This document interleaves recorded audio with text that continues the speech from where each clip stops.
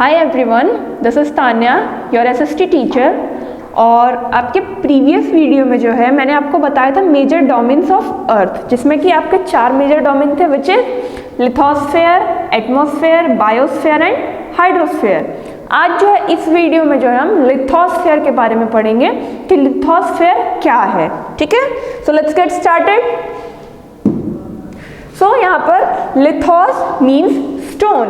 लिथोस का मतलब क्या होता है? स्टोन। स्टोन यानी पत्थर। ठीक है, वैसे ही लिथोस्फेयर है आपका। लिथोस्फेयर में जो है आपका लैंड मास आता है। ठीक है, जमीन का जो वो हिस्सा आता है। ठीक है, the solid portion of the earth is called the lithosphere. और धरती का जो सॉलिड पोर्शन है, लैंड मास, यानी कि लैंड मास जो है धरती का सॉलिड है। सो धरती का जो सॉलिड पोर्शन है वो है जो आपका वो लिथोस्फेयर में आता है। ठीक है, it compromises the rock of the earth crust and the thin layer of soil.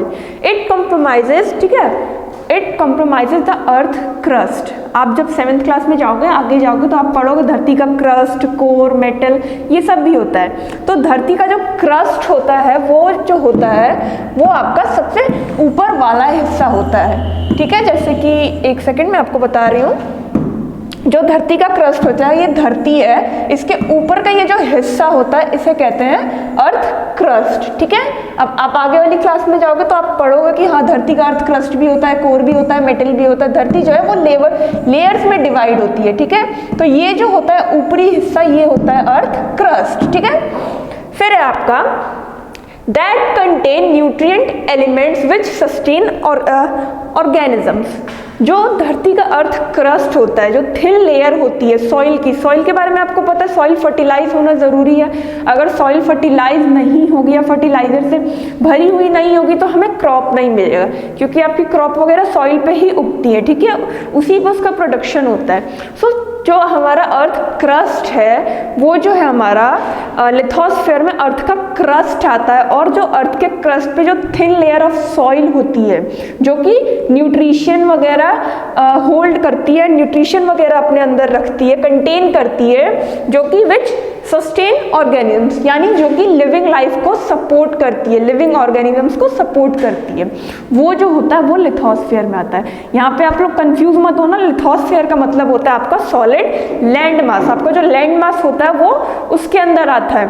और धरती का जो क्रस्ट होता है, ऊपरी हिस्सा, सबसे ऊपरी हिस्सा, वो जो है आपका लिथोस्फेयर में आता है। ठीक है, उसके बाद है आपका ऑर्गेनिजम्स। तो मैंने आपको बताया कि जो थिन लेयर ऑफ सॉइल होती है उसकी उस पर जो क्रॉप वगैरह उगते हैं वो जो है ह्यूमन लाइफ को या किसी भी लिविंग ऑर्गेनिजम्स को सपोर्ट करते हैं। ठीक है, it include all type of land masses. ठीक है, whether it is big, small, even or uneven, deep valleys and high mountain, plateau and vast plains are included in the lithosphere।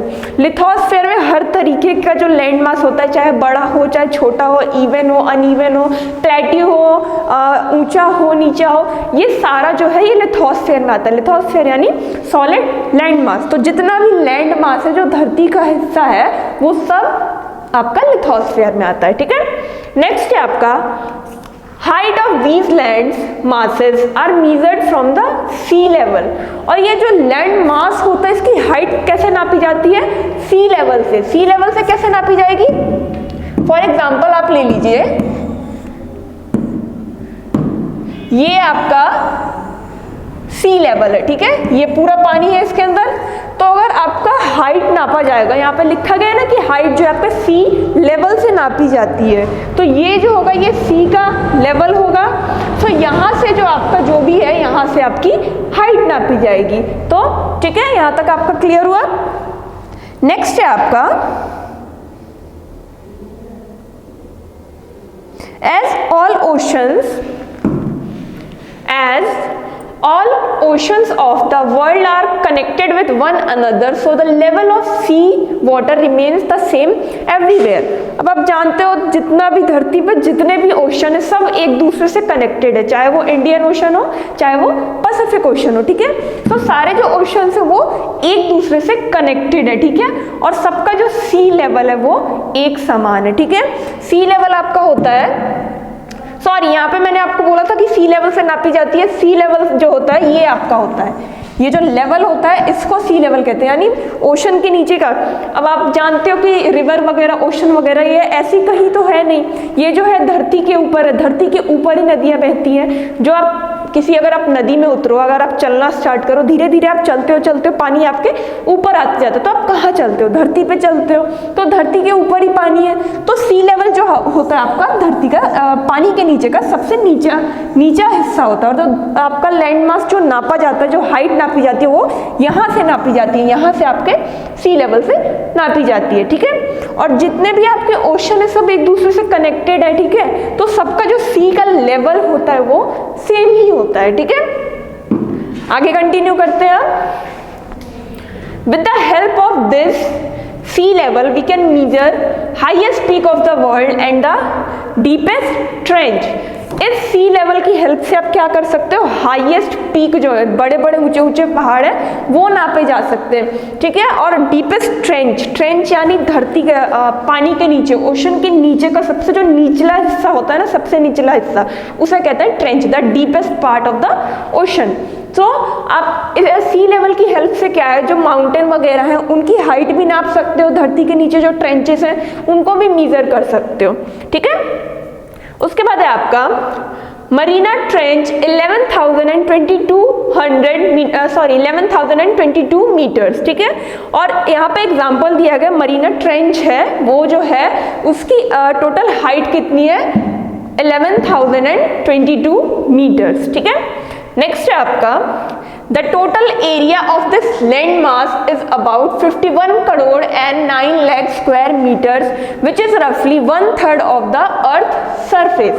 Marina trench के पास का जो पूरा एरिया है, जो total area है, वो कितना है? 51 crore and 9 lakh square metre है, जो कि पूरे धरती के सरफेस का 1/3 हिस्सा, यानी 1/3 सरफेस है पूरी धरती का। और आपको पता है 70% of the earth surface is under ocean and seas. और धरती का जो 71% जो लैंड मास है, जो सरफेस है, वो ओशन के नीचे है, ठीक है। आपको पता होगा आपकी जो धरती है 75% पानी आएगा, बाकी 25% आपकी लैंड मास है। तो जो ओशन वगैरह वो भी जमीन के ऊपर ही है, क्योंकि आपके नदी के नीचे भी तो जमीन होती है ना वहाँ पर। सो आपका जो वर्ल्ड का 71% जो हिस्सा है वो आपका पानी के नीचे है, ठीक है। नेक्स्ट है आपका major land mass are called continent and smaller land mass are called island. जो बड़े बड़े लैंड मास होते हैं उन्हें क्या कहा जाता है? कॉन्टिनेंट। और जो छोटे छोटे होते हैं उन्हें आइसलैंड कहा जाता है।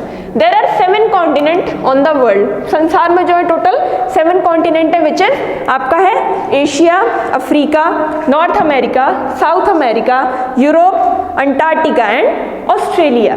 ये जो है आपका, ये आपके टोटल 7 कॉन्टिनेंट है, ठीक है। उसके बाद है आपका Asia is the largest continent. Asia and Europe together belong to the same land mass. Asia और आपका जो यूरोप है वो सेम लैंड मास है, यानी कि आपका जो एशिया है, मान लो ये पूरा लैंड मास है, ठीक है। आधा एशिया है, आधा यूरोप है। सो ये पूरा जो है, ये पूरा एक लैंड मास है, ठीक है। और इसको जो है डिवाइड क्या चीज करती है? बोथ द कॉन्टिनेंट्स, आपका both the continents are divided by Ural mountains and Ural rivers. यानी ये दोनों जो लैंड मास है ये माउंटेन और रिवर की वजह से डिवाइड हुए, इसलिए एक का नाम हो गया आपका यूरोप, एक का नाम हो गया आपका एशिया। ये पूरा जो है एक ही लैंड मास है, एक ही जमीन है, ठीक है। बस माउंटेन और रिवर की वजह से इसका जो है डिवीजन हो गया है। तो एक जगह जो है आपका यूरोप बट गया है, एक जगह जो आपका एशिया बट गया, ठीक है। ऐसे डिवीजन हुआ है। नेक्स्ट है आपका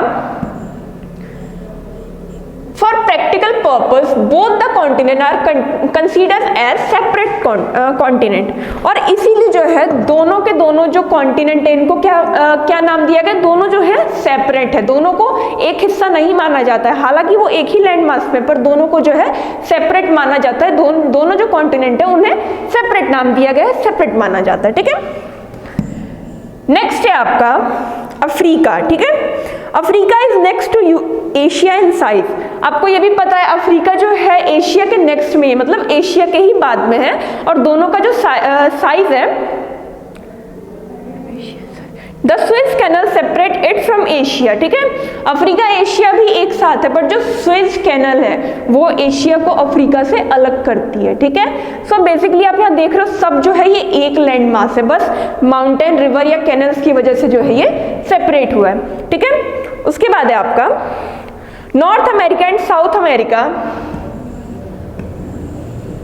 North America and the South America also formed a single landmass before they were separated by the Panama Canal. North America और साउथ अमेरिका जो थे वो भी एक साथ थे, ठीक है, वो भी एक सिंगल लैंड मास था, बट पनामा कैनल की वजह से जो है दोनों दो हिस्सों में बट गए। लैंड मास एक ही है, बस यही है कि रिवर, माउंटेन, वैलीज, इन सब के चलते जो है दो दो हिस्सों में सेपरेट हो गए हैं, या फिर दोनों को अलग अलग नाम दिए गए हैं, ठीक है। नेक्स्ट है आपका Antarctica completely in the southern hemisphere. Antarctica आपको पता है साउदर्न हेमिस्फीयर में है, ठीक है। उसके बाद है आपका is a huge continent. Antarctica एक बहुत बड़ा कॉन्टिनेंट है, बहुत बड़ा, ठीक है। It is also covered with snow and ice and as such there is no permanent human settlement here. ये जो है अंटार्कटिका आपका, ये सिर्फ और सिर्फ जो है बर्फ और आइस, स्नो और आइस वगैरह से ही भरा हुआ है। यहाँ पर जो है ह्यूमन जीवन जो है यहाँ पर है ही नहीं, ह्यूमन सेटलमेंट है ही नहीं। It was first discovered in 1921, और ये जो है फर्स्ट टाइम जो है 1921 में डिस्कवर हुआ था, और यहाँ पे काफी सारी कंट्रीज के जो है रिसर्च स्टेशन हैं, ठीक है, ठीक है। और आपका जो है अलग अलग कॉन्टिनेंट के अलग अलग कंट्रीज के जो है अंटार्कटिका में रिसर्च स्टेशन स्थापित किए गए। अपनी अलग अलग कंट्रीज ने अपने अपने रिसर्च स्टेशन जो है अंटार्कटिका में स्थापित किए हैं, जिसमें से इंडिया का भी एक रिसर्च स्टेशन वहाँ पे है। इन रिसर्च स्टेशन को जो है मैत्री और दक्षिणी गंगोत्री के नाम से जाना जाता है, ठीक है। तो आज के लिए हमने लिथोस्फीयर कंप्लीट कर लिया है। नेक्स्ट वीडियो में जो है हम हाइड्रोस्फीयर के बारे में पढ़ेंगे। लिथोस्फीयर में अगर आपको कोई डाउट हो तो you can simply drop a comment in the comment section. I will clear your doubt. Till then, keep updated. Take care of yourself. Use mask. Use hand sanitizer. That's it for today. Thank you.